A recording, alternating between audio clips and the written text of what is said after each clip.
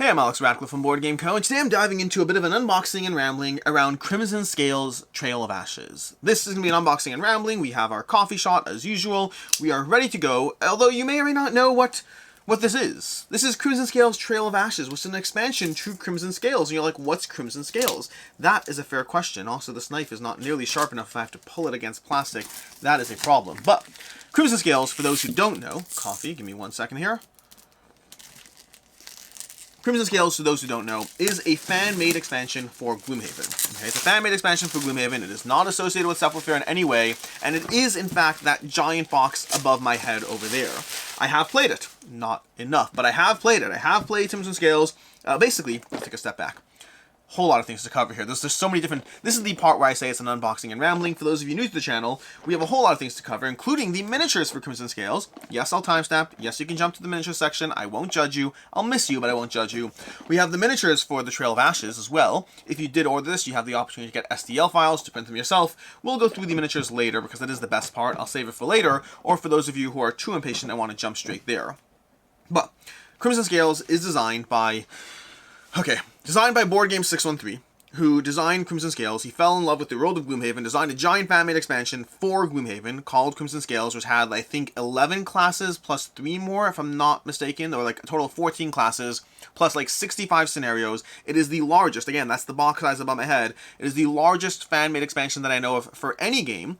I'm sure that someone created Warhammer or MTG somewhere, I don't know. But in terms of the board game space, largest family expansion that I know of personally, although, speaking of personally, good time to mention, I do know Board Game 613 personally, so take that into account as well.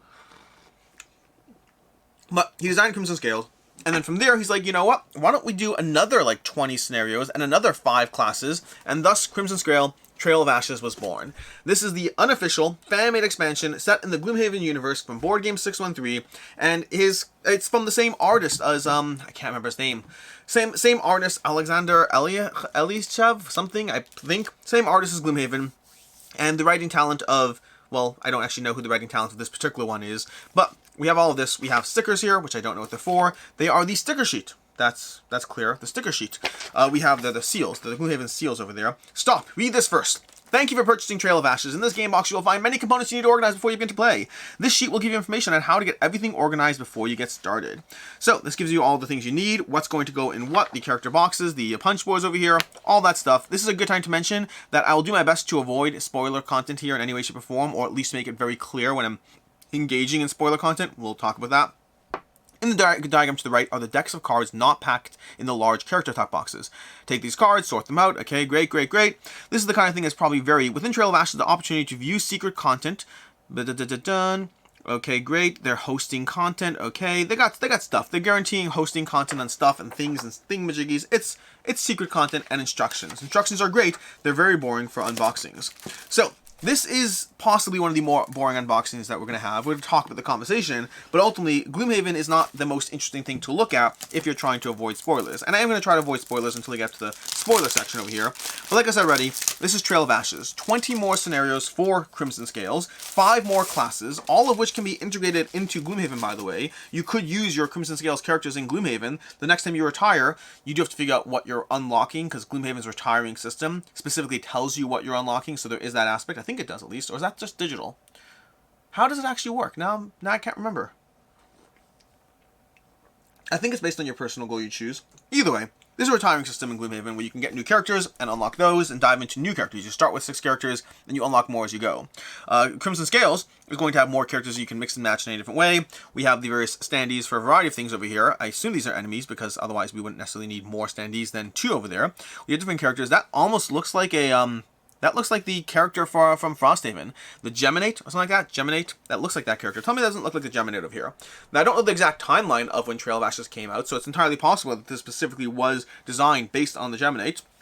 Either way, we're going to put this punch board off to the side and take a look at what we got as far as this and this. We got our boxes. We got box 1, and box 2, and box 3, and there should be 5 boxes, so where's box 4 and 5? We have this over here. No clue what's in here. I'll try to look at it carefully and avoid spoilers. We got S and M as far as these go. We got some nice little metal coins over here. Don't know what they're for, but they're for something. Got those metal coins.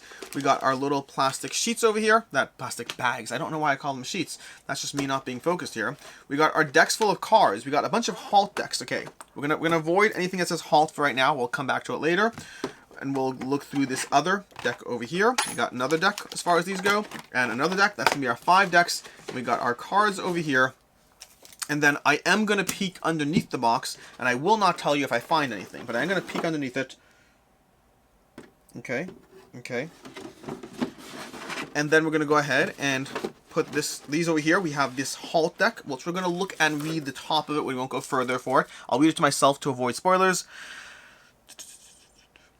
Okay, perfect. The following cards in this deck are ability cards of 3 classes. In order to avoid potential spoilers, do not read the cards in this deck until you have unlocked the relevant class. When a class in this deck is unlocked, locate the ability cards and search to the bottom side of the deck until you reach the next class icon. That's going to be true for these as well. So these are specifically the 5 classes and their ability cards, and you'll unlock them one at a time. And then we have halt over here. We have another halt. This is the back of the decks. In order to avoid potential spoilers, do not remove this card. The following cards in this deck are class modifier cards. So we have class modifier cards. I'm definitely going to have a section of this video where I say, hey, spoilers are about to happen. Watch at your own risk. We're definitely going to have that section. That to me is very, very clear.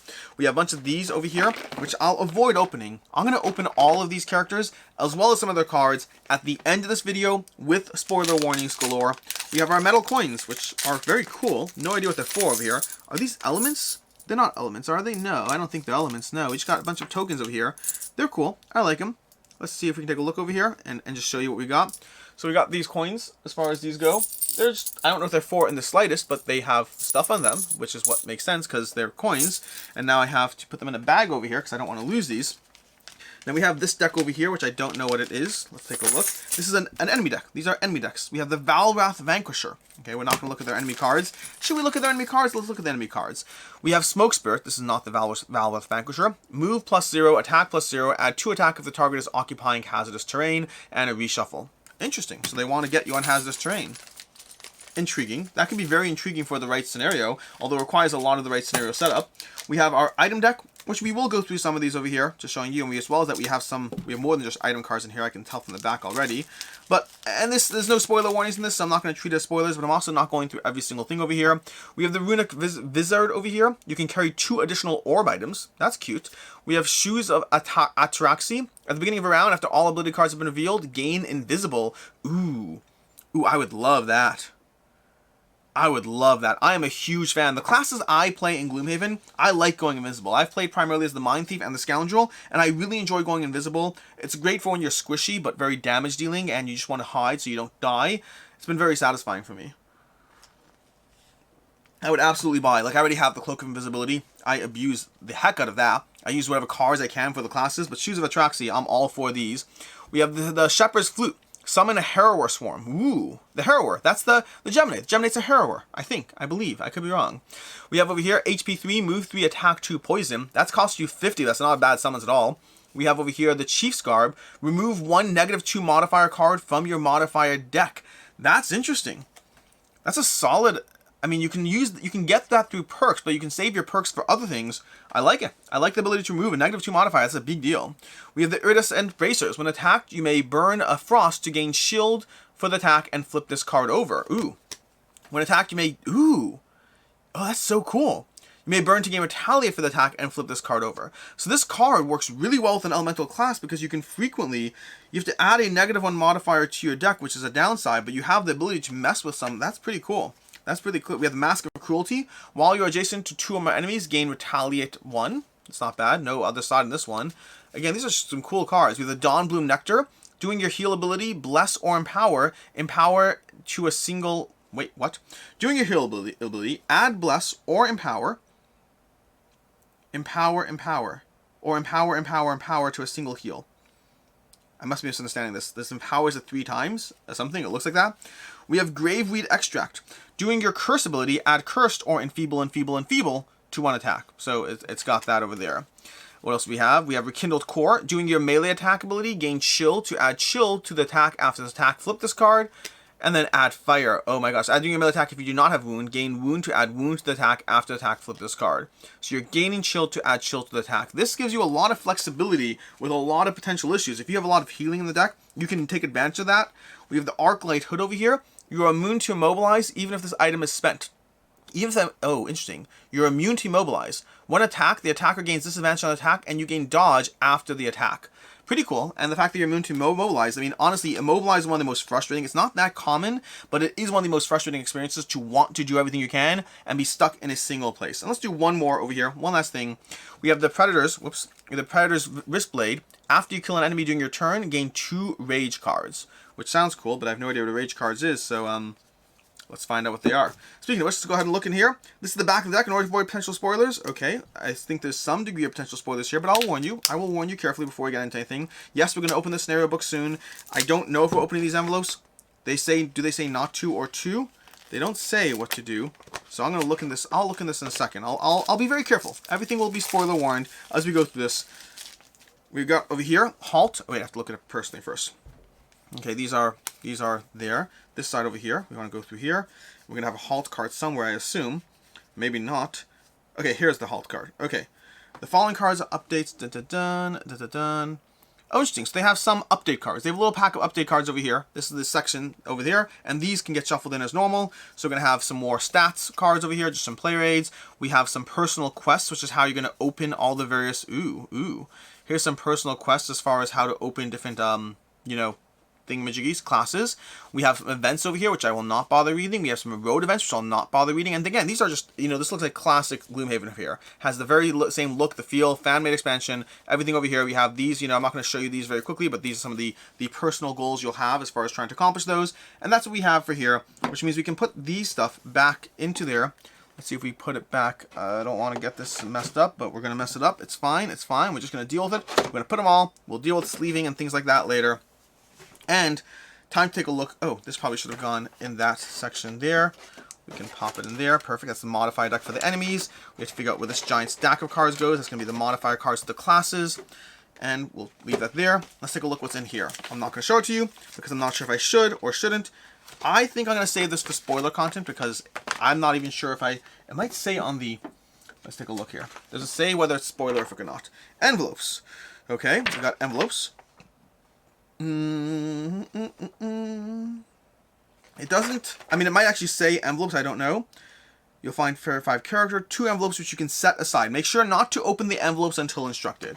So this is definitely spoiler content, which I am definitely going to look at, but not say anything to you. Maybe I'll make, like, expressions, because that's always fun. Okay, we got this over here, and this, and that. Okay, I'm not gonna spoil that. I have to like kind of gauge. There's different levels of spoilers, and I'm gonna try to avoid anything that I think would. Whoa. Okay, this will save until we get to. Interesting. Okay. We'll save this until a little bit later. Maybe we'll go through this. Maybe not. We'll see. We're definitely gonna go through the miniatures. But first, the Trail of Ashes, Crimson Scales, Trail of Ashes, Rulebook, and Scenario Guide. That's gonna be this bad boy over here. As far as this, we have the introduction. Friends, Councilman Roxani calls you to take a favorite shortcut to the docks. How fortunate! I assume you have heard of the opportunity that has blown our way. Your blank looks give you away. Tut tut, you are slipping, he teases. Time was I'd rely on you for the latest news. Now it's I who have the gossip, and I'll save the rest for you to go through later. But we have more over here as far as, you know, what's updated. We have Empower and Enfeeble. Do I not know what those are? I think I don't know what they are. When it figures Enfeeble, they must shuffle an Enfeeble card from the starting deck. Okay, so they go into... When an Enfeeble card is drawn, it acts as a -5 modifier and returns personal supply indicated by, instead of being placed in this card pile, there are no Enfeeble cards. So it looks like they, I don't know what they do. Okay, Enfeeble seems like it wastes your attack, but doesn't make the attack miss per se. But yeah, we have overlay tiles, we have perks, we have milestones, we have the campaign over here. Milestones, interesting. Once you unlock a character class, you'll find a milestone card along the other components of the character. This card represents a unique challenge for the character to complete. Also, I recognize this guy, the Chieftain from Crimson Scales. Campaign introduction. Tallow, the elderly Inuk shaman, stares into the middle distance for a long time before spitting on the ground and rubbing it into the dirt with her staff. And again, we'll let you figure out the rest of that later. We have the scenarios here. This is where I'm not going to show you a lot of what's going on. I'll show you the first page over here, and that's it. But we have the first page of the scenario. You know, all this, the various rooms that are going to be unlocked, all the characters, and then we'll go through some more of this when we go through the spoiler content, which means I think it's time to do miniatures. I think we're going to do miniatures and then spoiler content as far as this goes. And we have our miniatures box set of miniatures that come along with Trail of Ashes. You could have gotten standees or STLs or miniatures. Now, I don't know, by the way, if this is available to purchase. I'll link to their site down below. And in fact, one thing I should have mentioned by now is the designer of this, Board Game 613, went on to start Addicts Games, which has their own game coming out, which is very Gloomhaven adjacent in terms of what it's doing, called Rove. Ooh, what's this? The miniatures. I just blanked on it. I blanked on this. So I opened this up and what is this? The miniatures, obviously. But yeah, Addicts Games, the designer of Board Game 613, and again, they're not associated, different kind of conversations. Addicts Games is not responsible for Crimson Scales. The designer of Crimson Scales started Addicts Games, and then they're going on, they have a game called Rove. And we have our first miniature over here. I am going to show you the miniatures here, so this might fall into spoiler territory. If you don't like that, this is a good time to skip seeing anyone that comes out over here. So we have over here this guy. As far as what class he is, I mean, I can't remember. I think he's a Quattro. Just basically looking at him, I believe that's a Quattro. I could be mistaken, but I think it is. Let's go and look at the next guy over here. We got one. I'll guess all their. We're gonna have an Inox somewhere. We'll have a. I don't remember all their classes. This one over here also looks very Quattro-ish. I think I could be wrong. I'm not up to date on my Gloomhaven races quite as much, but this guy does look very cool. The whole situation he's got going over there. But could be Quattro, no idea. Then we're going to go, we should be an Inox here somewhere, and there should be, I don't remember all the names. I don't remember all the class names, which is a shame, but we'll figure it out. Okay, let's look at this next one here and see what this is.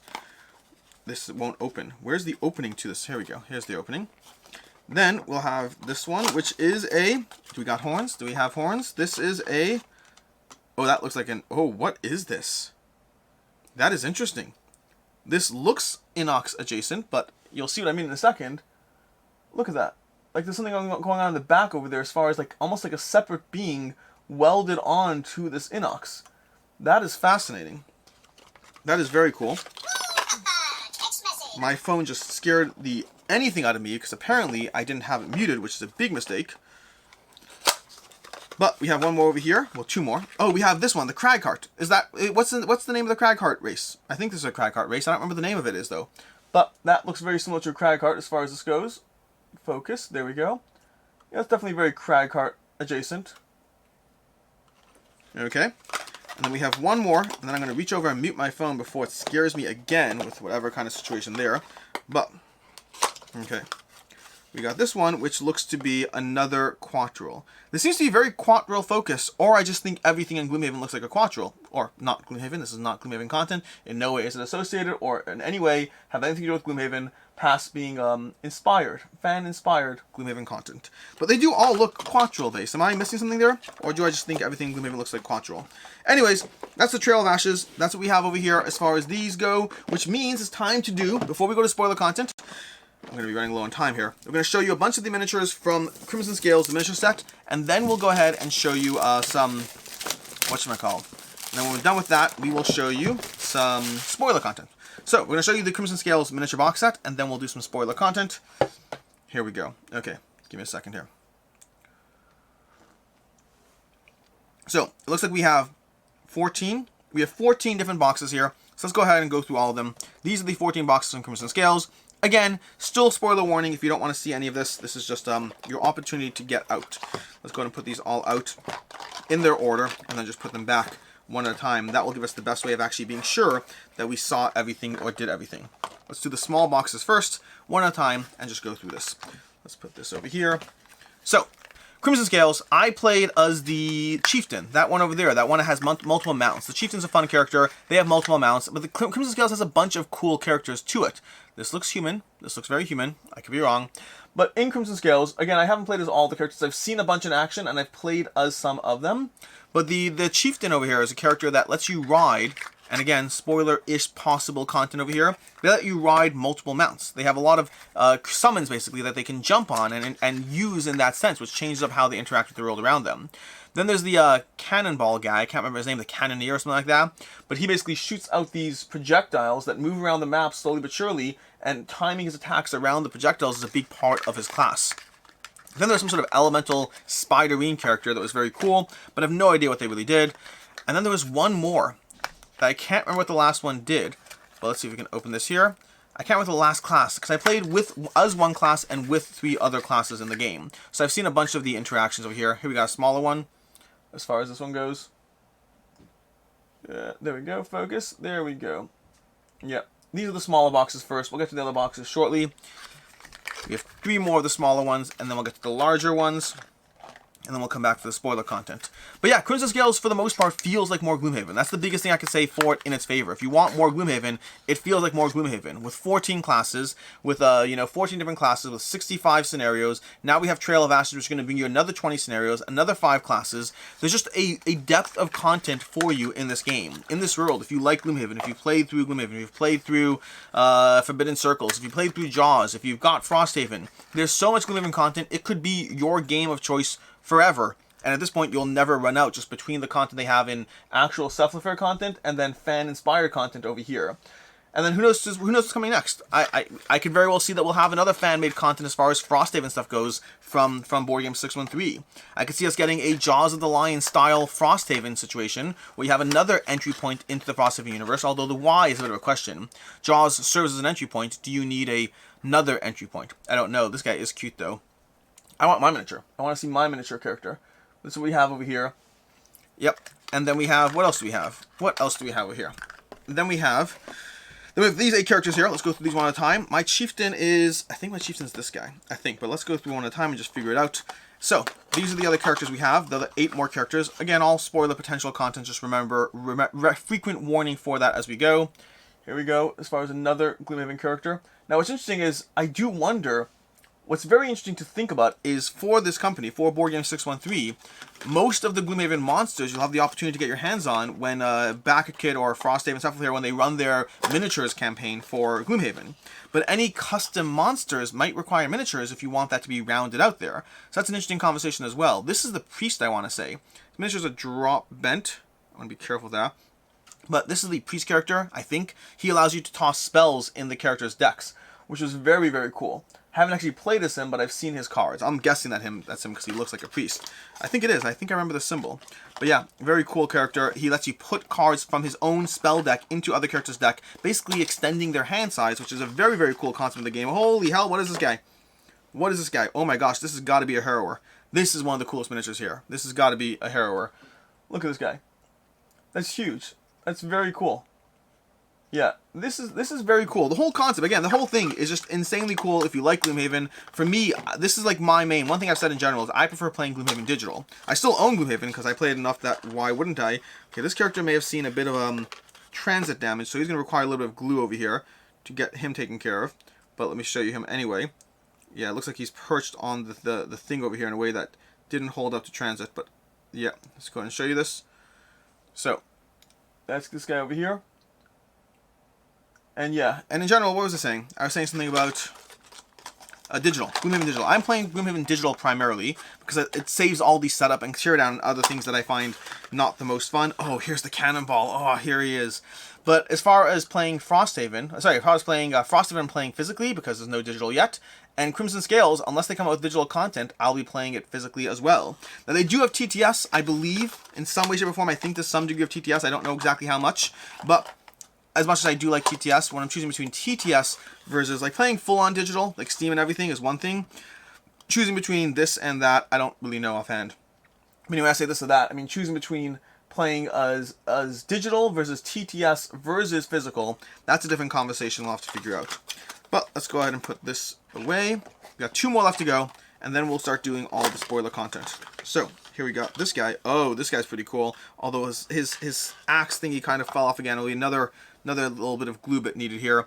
But basically, this guy is like kind of almost like the chain guard from Jaws of the Lion to a certain extent. He's an Inox character. He has a little hook over here that we'll be using. That's the chain guard. And then we'll have, let's see, 2 more. 1 more. I don't know why I said 2 more. We have 1 more, which this one is the... Oh, this is the Spiderine Queen person I played with. Yeah, this is a kind of a elemental type character. Spiderine type, I don't know. I'm saying Spiderine, but I don't know what they actually are called. But it's like a giant spider with a degree of elemental control. A very purple character, if I recall correctly. But these are the miniatures for Crimson Scales. And that's what we have over here. We're going to go ahead and put this away. Let's put these miniatures away. And then let's start the process of going through some of the classes. So, we're going to put this off to the side. We'll grab this. We'll grab our book over here. I'm going to start the process. This is where I warn you, we are now diving into spoiler content over here. So, you've been warned. We're about to dive into all the spoiler content of things. So, right about now, I will thank you for watching, and I'll go ahead and take a sip. But until next time, we're not actually ending, give me a second.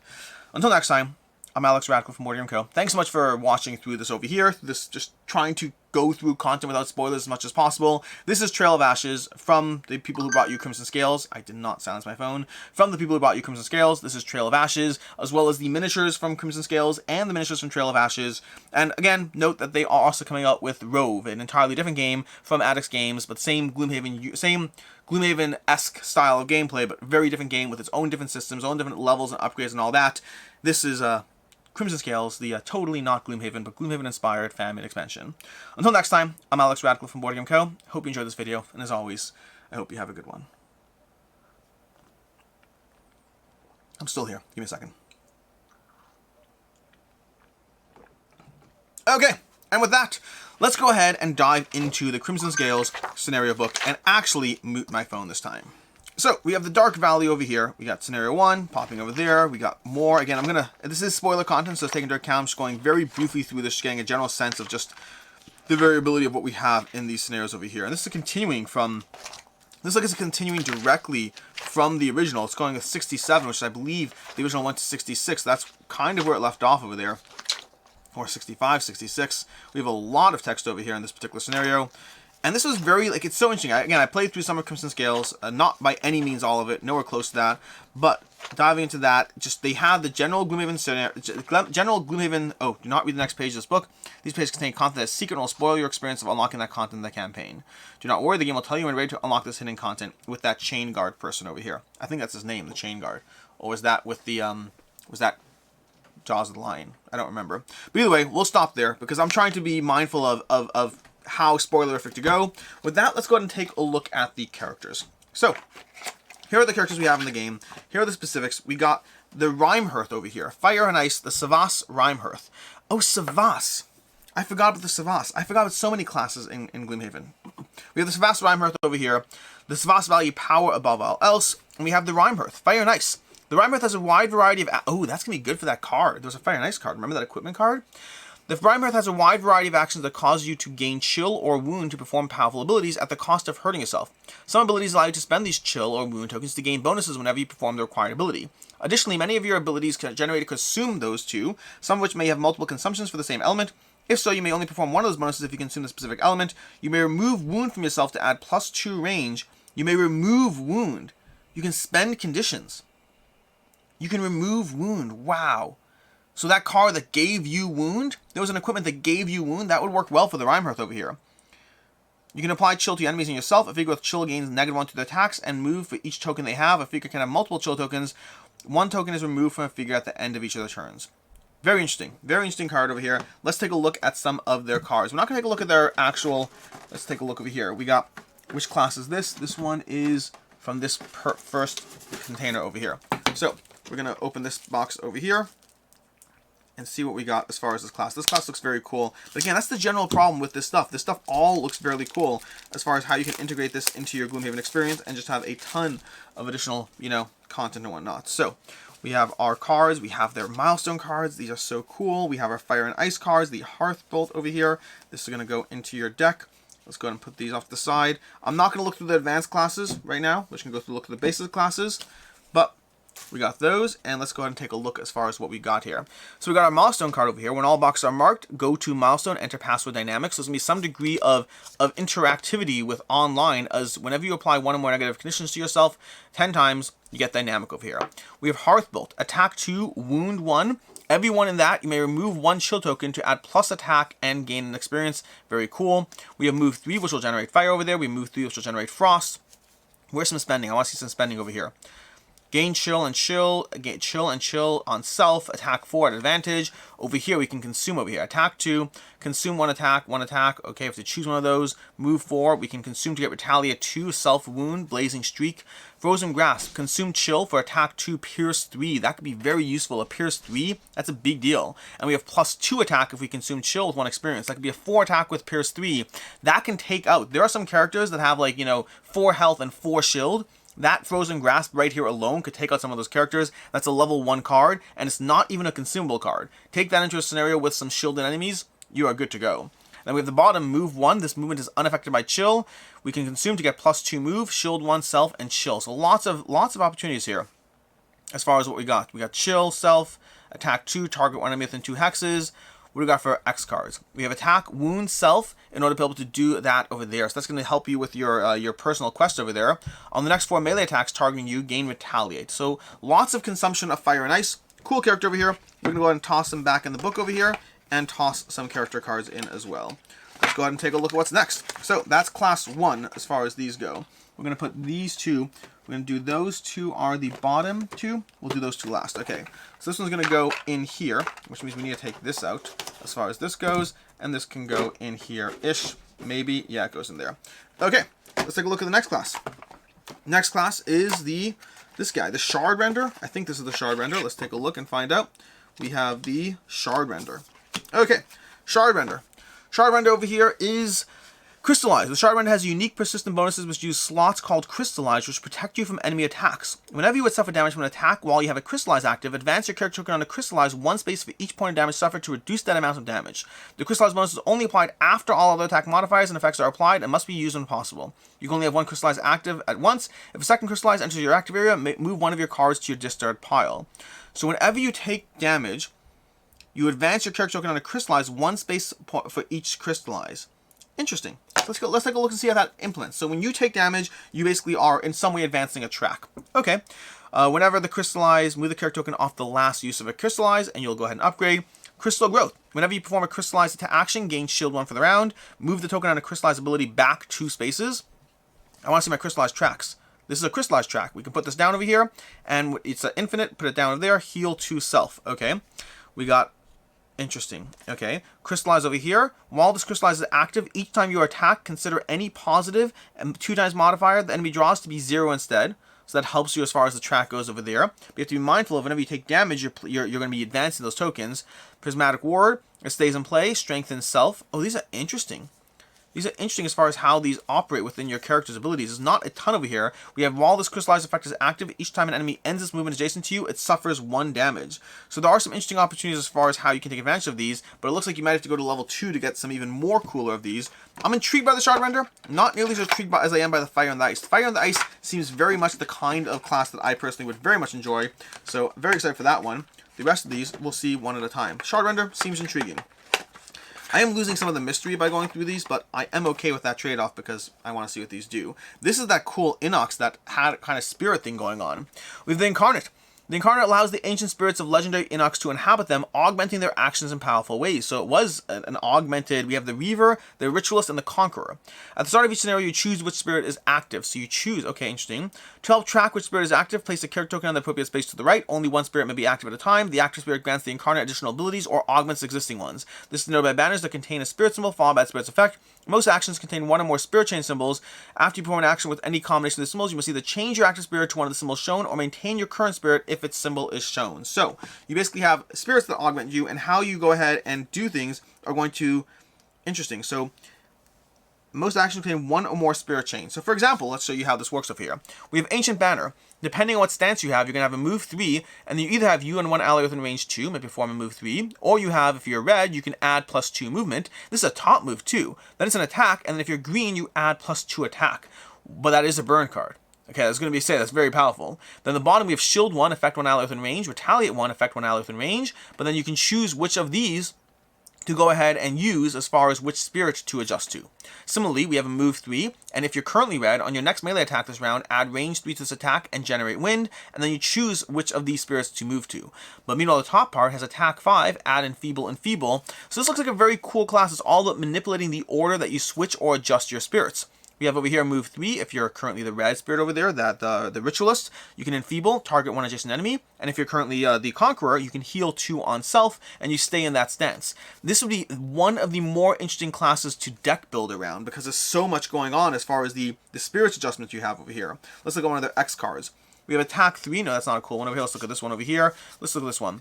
Attack 3, and if you're currently the Reaver, you get push 1, target all adjacent enemies, and then switch to a new spirit.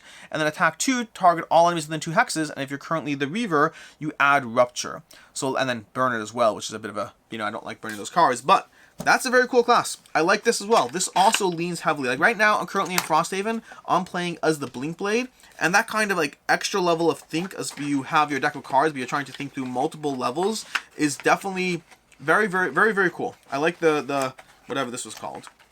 And then we go to the next two classes over here, which are going to be these. We're gonna have to punch open this as well. We're almost done here. We're almost done with this. Let's just open this. Toss that. And let's see what we got as far as this new class. We have the Tempest. Tempest, let's get rid of this card. We have our Tempest in this pile here. So, Tempest, that was a card to burn, right? Yes, that's a halt card. Just making sure I'm throwing out the right cards before I go too far and too deep into this. The Tempest. Sparks of Life. The Tempest will accumulate and spend sparks to enhance their abilities. You start each scenario with 4 sparks, and up to a maximum of 5 sparks can be stored in your supply to the left of this map. When an enemy dies, place a spark token in the hex where it died. Hexes with only sparks are considered to be empty, which means you can put like loot and stuff. And multiple sparks may be placed, or summons I guess. Multiple sparks may be placed in a single hex. Sparks are collected when you enter or loot a hex with sparks. You cannot collect any sparks when you have the maximum stored. Instead, those remain there. Abilities can be augmented with sparks based on the augment. Some of your sparks and some may require multiple sparks. Optional losses. Okay, cool. So, they have lots of sparks going on. Whenever enemies die, you'll start with sparks, and enemies die, and other things might generate sparks. We have over here, Consume Spark. We have a move 2. We can do +1 move if we consume Wind, +1 over here if we consume that, +1 attack, and we have +1 attack and Muddle if we consume 2 sparks. Over here we have a Heal 3, and it also gives us Regenerate. That's from Frosthaven. So it looks like Trail of Ashes really does have a lot of Frosthaven stuff in it. But you have Heal 3 and Regenerate as far as this class over here, and Consume Wind to heal +1. So that gives you a lot of options. It's a very strong heal card there if used well. We have Attack 3, and I like the fact that it has that flexibility. Like sometimes I've had cards with the Regenerate that you don't need the Regenerate, and this time you can save your spark if you want to. We have over here Voltaic Burst, Attack 3, Pierce 2, consume a spark, target one enemy within 2 hexes, consume 3 sparks to go ahead and hit that line and get an experience if we hit that enemy as well. Over here we have another card, Move 4, Consume Wind to move 1, Consume Spark to move 1. And then if you enter 2, Move 3, Consume Wind to +1 move and jump. If you enter 2 or more hexes with a spark with this movement, gain dodge and an experience. Loot 1, if you loot hexes containing 2 or more sparks, gain Strengthen. These are very fun. So this again, let's go to one more X card and call it a day. On your next 4 attacks, while you have dodge, add +2 attack. Ooh. And then also consume wind experience, visit wind experience. That's going to be helpful based on the builds we've seen already. This uses wind a lot. We have move 3, jump, consume wind to move an extra 1. All enemies move through, gain muddle. So again, very cool over here. Like this one. Lots of manipulation on these cards. So far, three of the 4 classes we've seen have had a degree of manipulation around. Oh no, the cards, do they fall in at an angle? Wait a second here. Lots of the classes so far have had a degree of manipulation as far as how they work with the various elements around them, which is very cool. And that brings us to one more class to go through before we return you to your regularly scheduled content. And this class is going to be the Thorn Reaper. This one also had a cool mini. Thorn Reaper. The Thorn Reaper envelops enemies in deadly thorns by placing hazardous terrain tile called thorns on the map. Thorn tiles can be placed in a featureless hex. A hex with no overlay tile is considered featureless, allowing you to place thorns in a hex with a figure if the hex is otherwise featureless. So basically you can't put it where there's already like difficult terrain or, you know, obstacles and whatnot. You can place up to 7 thorn tiles on the map. If you place an 8th, you must first remove any existing thorn that is placed furthest from you. So you can keep placing them, but they are slowly going to go away. Abilities which allow you to place any terrain are optional. You also have elements that action, consume depicting, consume plant. Okay, great. Additionally, many of enemies generate an element if another strong or waning. Okay, cool. So that's the Thorn Reaper over here. We have Cover Green. Attack 3, Muddle 1, place that down. We have no thorns going on over here. Create hazardous terrain in 1 adjacent featureless hex. Loot. Generate that, and you may perform this loot ability with my thorn generation. I want to get some thorn generation. Where is it? There's got to be some thorn. Okay, I want my thorns. Where's my thorns? I see no thorns. There's got to be thorns here. Generate. Okay, gain shield 2. Move this card. Push. There's got to be a thorn. The Thorn Reaper envelops enemies by placing hazardous terrain tiles called thorns. Attacks with no overlay. There's got to be a way to place down thorns, but I don't see it over here. I must be missing something here on this particular card. Create hazardous terrain in the hex you occupy if it's featureless. So I guess when it says create hazardous terrain, that must mean the thorn, because a few of these said hazardous terrain, but I just thought it meant something different. So I guess they're all inherently thorns. Gain 1 if you occupy hazardous terrain. Okay, so it must be... yeah, it must be just in general creating hazardous terrain called thorn. Okay, this one's less appealing to me, and not sure offhand why. It could be, it reminds me vaguely of the Shadow character, the Deathwalker, I think it's called. I believe it's called the Deathwalker from Frosthaven, where you're placing these shadows down the board. And that one, I like the premise of it, but in execution, the few times I played as it, didn't love it overall. Was intrigued by it, but didn't love it. But that's what we have over here. We're going to put everything else back in the box right now. We're not going to open up these envelopes. We'll save that surprise for later. We'll put some coins back in the box. We have some bags. We have all this. This all mostly fits in as far as this goes. We have our token sheet, which will have to go there. Oh, wait. I did promise spoiler content, so let's do one more thing as far as spoiler content goes. This may or may not be spoiler content. I don't really know, okay? What I do know is when I looked underneath the box, there was indeed something over here. I don't know if this is meant to be a surprise or not, but let's go ahead and take a look at the collected works of the Crimson Scales. This might just be an art book. That's the Crimson Scales cover right there. This looks like it's just an art book. Not just an art book, but an art book. Cool. So that's what we have over here underneath the box as far as if you're looking for that. This does not look to be anything other than just a book of art, so an art book, you know, fancy words there. But it doesn't look like it has anything to do with, look at this, look at these characters, look at this class. This is very cool. The Vermling Flayer, an Inox Verdant Passage over here. This is very cool. Very cool. Lots of equipment, lots of gear. The Gorman Shattermind, the Water Spirits. This art is very Gloomhaven-ish. Very cool. Cool. We're going to put this back in the box and hopefully get everything in as ideally as possible. I'm going to take these out again so we can actually put this in without messing things up over here. Let's put this in. Let's try to get that properly situated. This goes like, it must be like this. I guess, maybe. I don't know how it actually goes. Where would this go in here? This must go in here in a way that, okay. I'm going to do it like this. And then put it down like that. And then perfect. I think that worked. Let's go ahead and put these all back in here. And toss this in here as well. These go off to the side. This goes there. These go in here. This can tuck in there if I wanted to. Perfect. These will come out later. We'll have our little box as far as this goes. That can go there. This can go there. Nope, that has to go sideways because of just the way that works. And then we'll put our stickers and our thing on top, as well as our plastic bags, because we do need our plastic bags. And that is what we have as far as the Trail of Ashes. That's Trail of Ashes. You can probably store everything in there. If you take out the insert, you can probably store absolutely everything in there, which is probably what I'll end up doing, but not yet. That way I can get my miniatures in there as well for both these games.